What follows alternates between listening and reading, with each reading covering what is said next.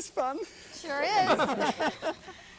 I'll tell you what, I used to be the Galloping Gourmet once upon a time, and as the Galloping Gourmet, you might have noticed that I was a little bit overdoing it with the clarified butter. No? Somebody said to me once, shouldn't you use a little less butter? And I said, madam, you could get run over by a bus. My general attitude towards life.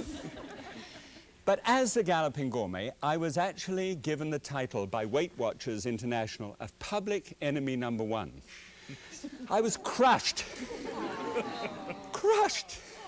I wasn't, actually. I thought it was rather funny. But, you see, things have changed, haven't they, for many of us. And I went out the other day and I got the latest Weight Watchers Meals in Minutes cookbook. And I opened it up, had a look inside, looking... my shortness of breath is my aerobic exercise, by the way, for the day. Looked inside because when I look inside a cookbook, I want to go and see who is responsible, who actually does the testing, who does the development, who's in charge of the kitchen, right? Do you ever do that? No. Well, now you will in future, won't you? I'll try. The acknowledgements are there for us all, and it's a wonderful thing to look at them. And so I got this book, and I thought to myself, who is it?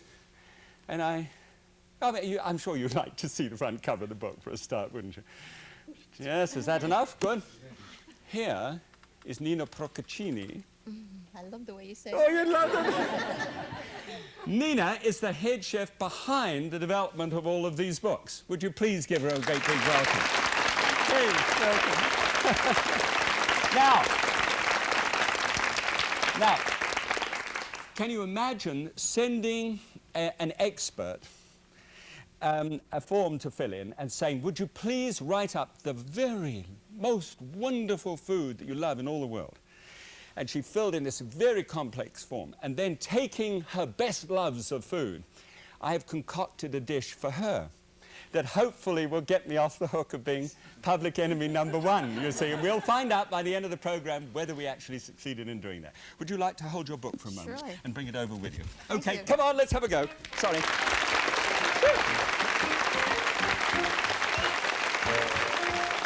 Be back with you in just a second.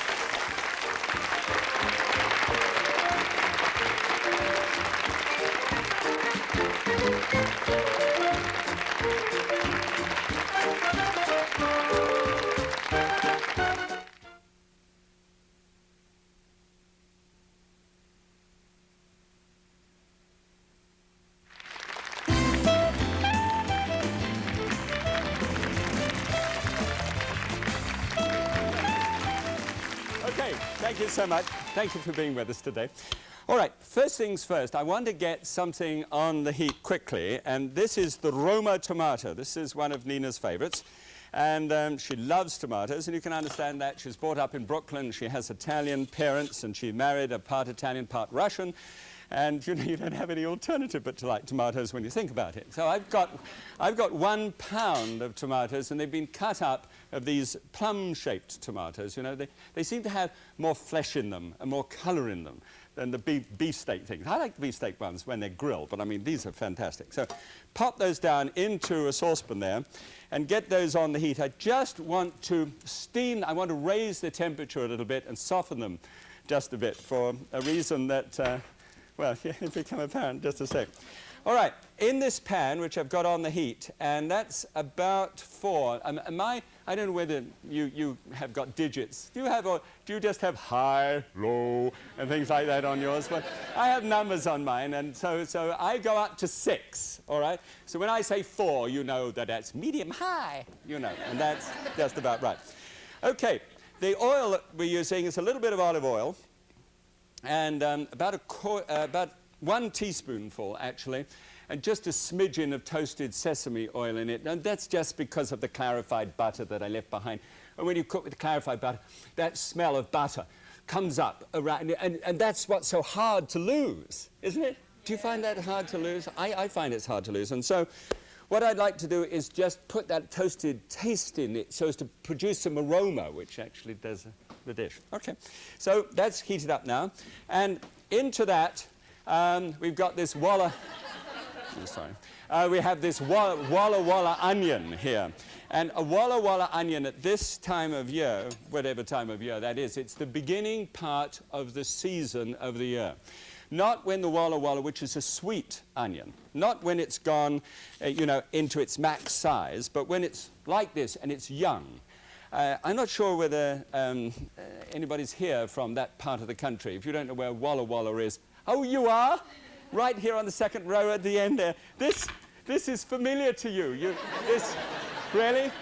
Is your mouth watering now from this? Oh, and you've been out in the fields and eating them fresh off the plant. Have you?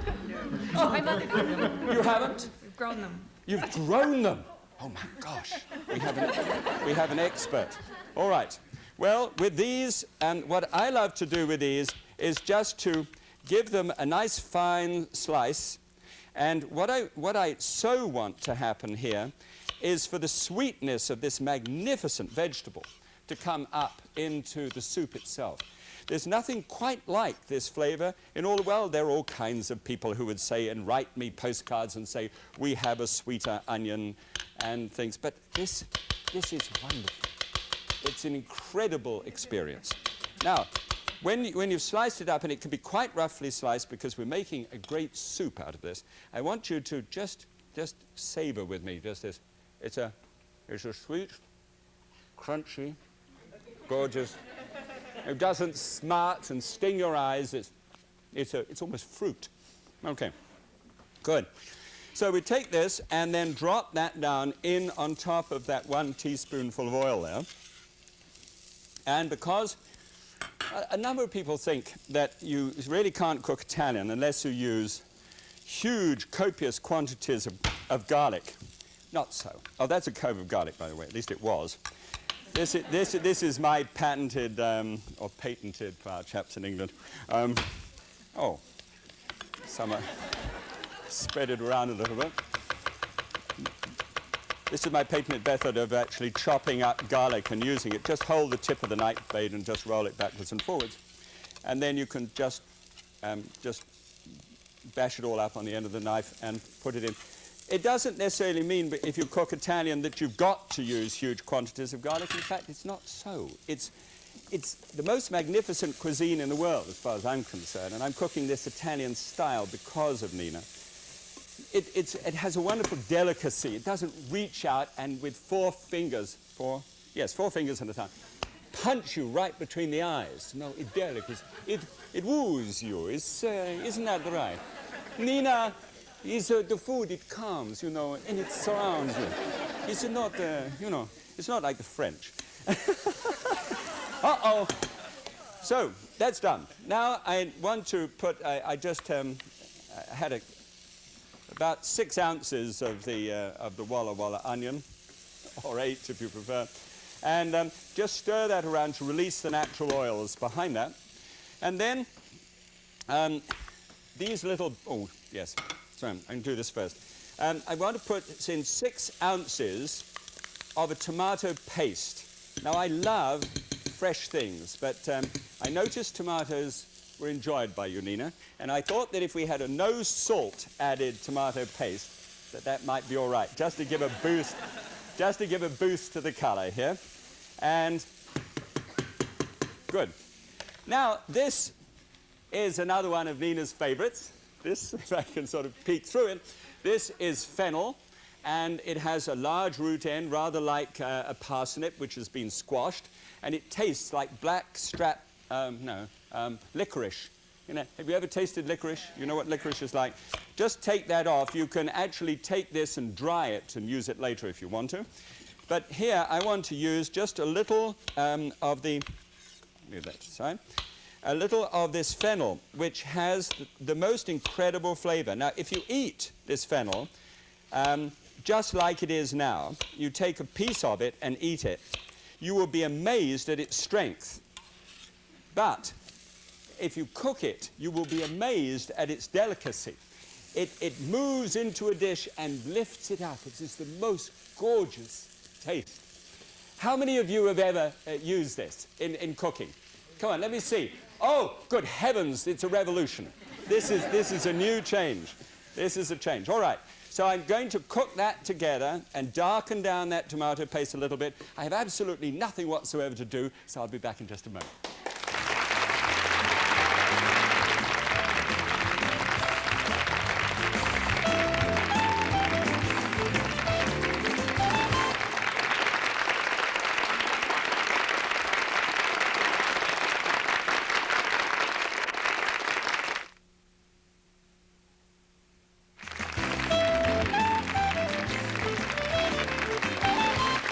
Now, by now you've extracted the natural oils from here. It's all gone rather nicely, especially over the stove right there, but still, there we go. And now that's just fine. Now, what I want to do now is add a quart of ordinary water onto the top of that. Now, that's pretty good and pretty strong, and it's got lots of flavors in it, and this is the base for the soup. But it's not really quite there yet, because in all of the best food, you've got to have some, just a few herbs. And I've been experimenting with this as a method rather than having, you know, a piece of muslin and doing the herbs up in there. I've got this tea strainer. It's a kind of English tea strainer. It looks like a very small fencing mask. And then you've got cloves, about 6 cloves and about a dozen black peppercorns there, and a hank of rosemary, which happens to be, Nina, your favorite herb. I noticed it. All right, so we stuff that in there. I'm doing everything to win back my #1 rating. And then you've got, it's like a fob on, you know, for a watch or something, you know, so sniff it on bad days. And you drop that down into there, and you can retrieve all the herbs. It's not silly, you know. It really isn't, because you keep on reusing it. It's very simple to use, and I know you're absolutely aghast at how, what an... Oh, yes, thank you so much for being so aghast. All right. You cook that, but you would need to put the beans in, of course. Have you heard of mother? Mother is a Cockney man from London saying mother. Mother. Father, you'd think, is a Cockney man saying father, but it's not actually. It's a fava bean, F-A-V-A for the fava bean. And this is what it looks like. This is when you can get it in a tin made by a leading soup manufacturer, and you can buy them dried like this from a good delicatessen, and you can buy a lima bean and use that if you want to be able to get there quickly. But I'm going to use these because this is rather quicker than normal, and I've taken a whole 30-ounce can and just dumped that in to that pot and stir that around. Put the lid on, and it looks exactly like this when it's done. It really does. That's the... you cook that for about half an hour, and that's all you need to do. It has the most wonderful perfume, and you've got to finish it off. Right. In order to finish it off, I'm sure you were wondering where all of these tomatoes were going to go. They're going to go into here.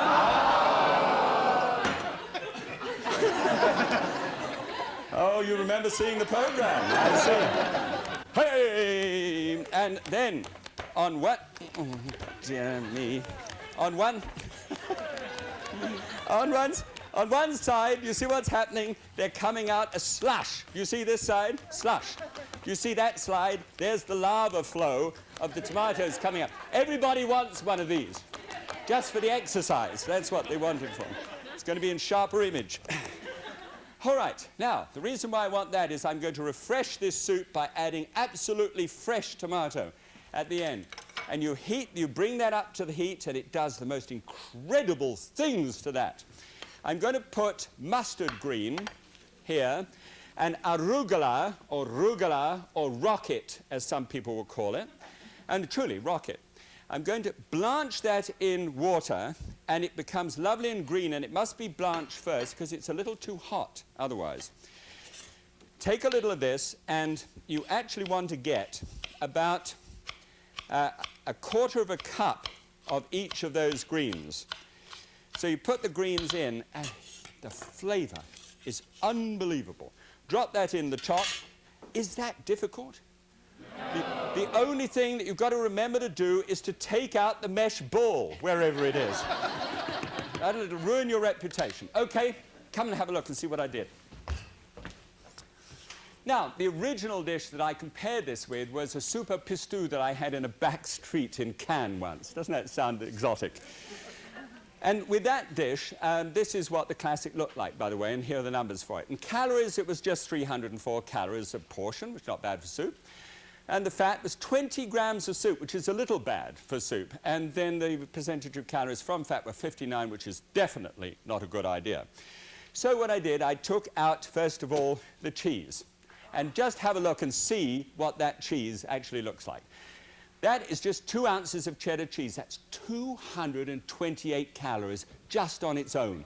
19 grams of fat. That's for 6 people. Oh, no.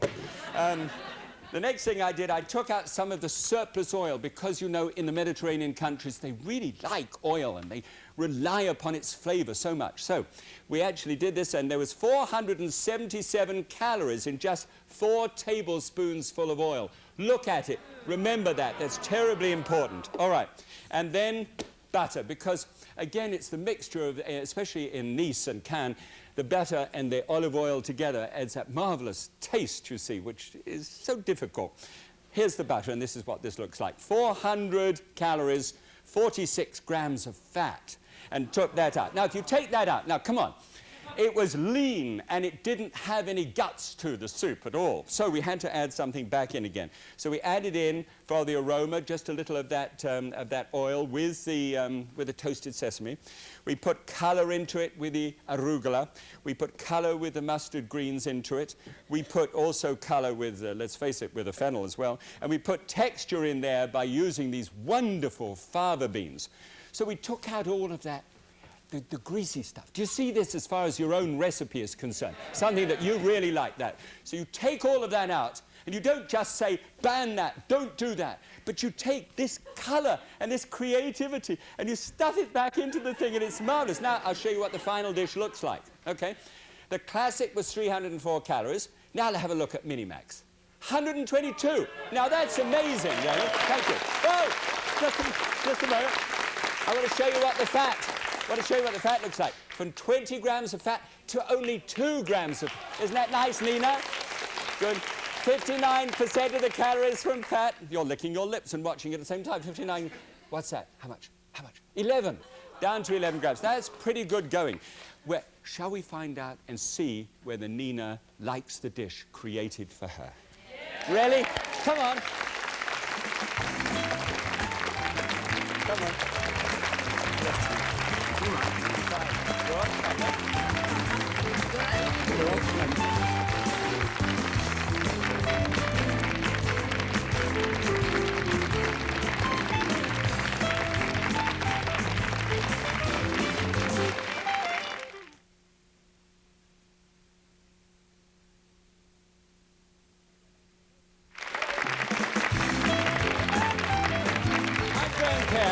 And I want you to know that on the next program of Graham Kerr, that I'm going to have as a special guest one of the very top people in Weight Watchers International, responsible for the creation of dishes for you all over the world. And I want you to know that once upon a time they said I was public enemy #1. I wonder what she's going to say now.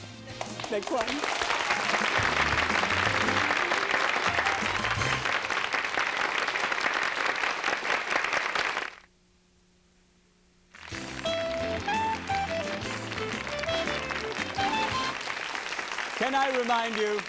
Can I remind you once again that Nina is responsible for preparing all the dishes that go out to all of the people who are involved in Weight Watchers around the world, which is the largest single organization in the whole world dealing with the problem of weight and things, isn't it?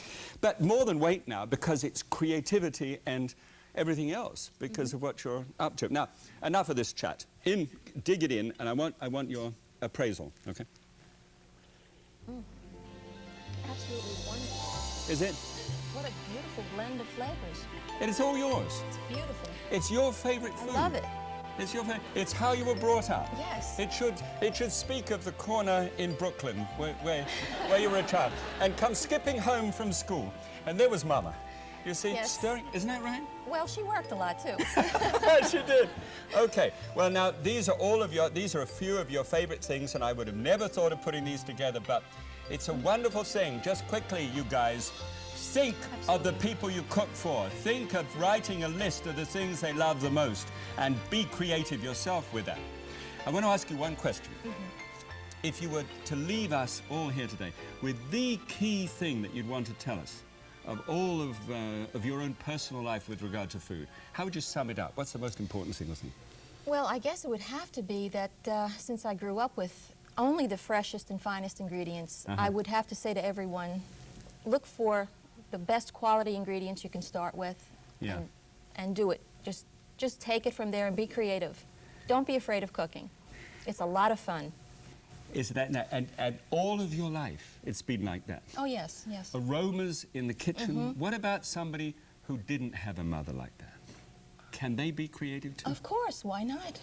Definitely. Chuck it up in there. And you can be creative and also, look, be responsible. Definitely. That's what I love to hear. Would you thank her for being with us, and thank you for being at home. Thank you, and look forward to it next time. Okay? God bless you.